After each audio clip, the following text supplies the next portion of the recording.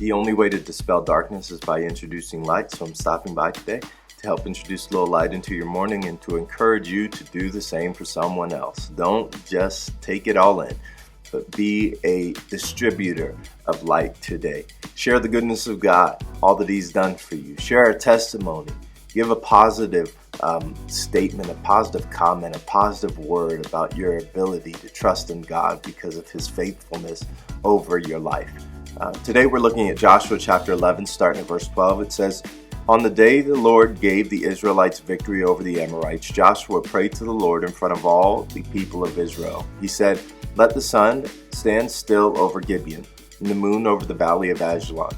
So the sun stood still and the moon stayed in place until the nation of Israel had defeated its enemies." Is this event not recorded in the book of Jasher? The sun stayed in the middle of the sky. It did not set on a normal day.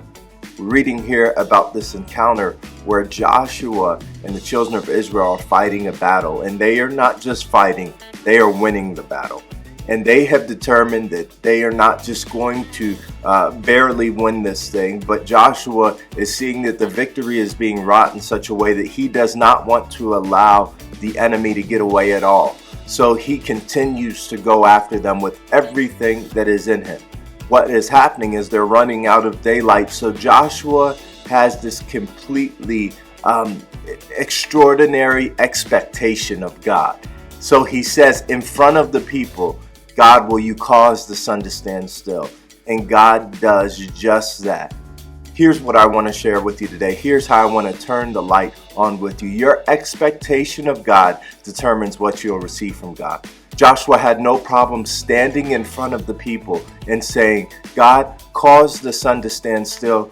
Not because he was great or because he had seen it before, but he expected the best of God. He expected that God would provide his people with what they need to bring about the victory. He's not afraid. He's not in a corner doing this. He is out in front of everybody.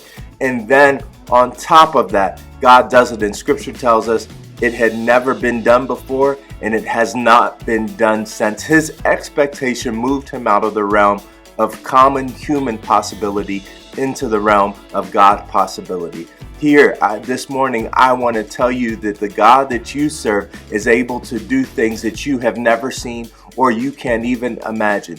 Don't let what's going on around you cause your expectation to become limited, but be unreasonable in your expectation and say, "God, I want you to do the impossible." And don't be afraid or ashamed to declare your trust and your expectation in God in front of people, because we see that Joshua's willingness to declare it in front of people gave a testimony that was so great that nobody could deny. They weren't able to say this just happened this day, this one time, but they had to point back because of that public statement of faith.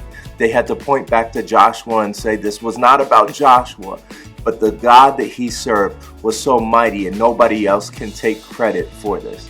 Don't let your circumstances box you into human possibility, but be like Joshua and declare things that have never been seen, and let God take you out of that box of your possibility and open up to you the realm of God's ability, which is way beyond anything that we can see or do.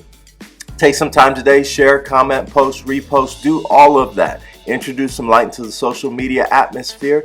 God bless you. I love you. Have a wonderful day. Bye.